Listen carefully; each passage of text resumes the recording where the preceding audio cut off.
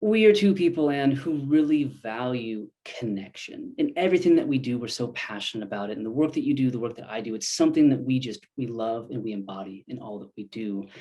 So in that, as the show is all about connection, first question for you is, who are you looking to connect with right now? Yeah, great. Thank you. Thank you for asking that question, Andrew. And just to echo that again, a connection is it's where it's at. I think it's what the world needs more of, in this time, maybe more than ever, at least in our living memories. So the people I'm looking to connect with in terms of my business and how I can serve people, it's really people who are seeking to be more seen, more heard, more understood, who are maybe living a life that looks kind of nice on the outside, but just something is not going right inside. I've got these classical names, the imposter syndrome, these kind of issues that people face. So it's those things and so much more. So just these people are not quite feeling at home in themselves. They're the kinds of clients that I'm serving. Also in a business context, I do work with some founders and some business leaders just to help really hold that open space to have difficult conversations and clear the air and get everyone on the same page.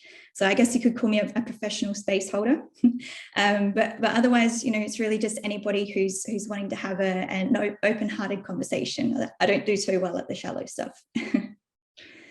I love that phrase, the professional space holder. I think that is a beautiful term and something that is so needed. Again, as you said, as I love to say, there's more people that are listening, paying attention, and seeking to be understood. And you really align with that when it comes to holding that space for people. So I applaud you for that, Anne, and I'm grateful for that. And it leads us to our next question, simply is, with those people you're looking to connect with, what's the conversation you want to start as you move forward?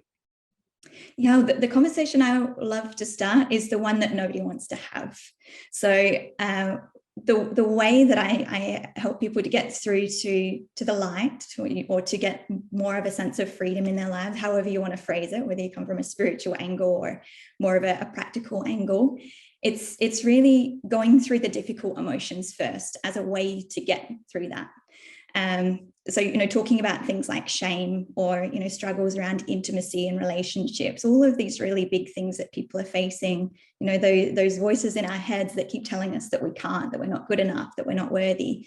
Those are the kinds of conversations that I want to have with people. Like, what's really holding you back?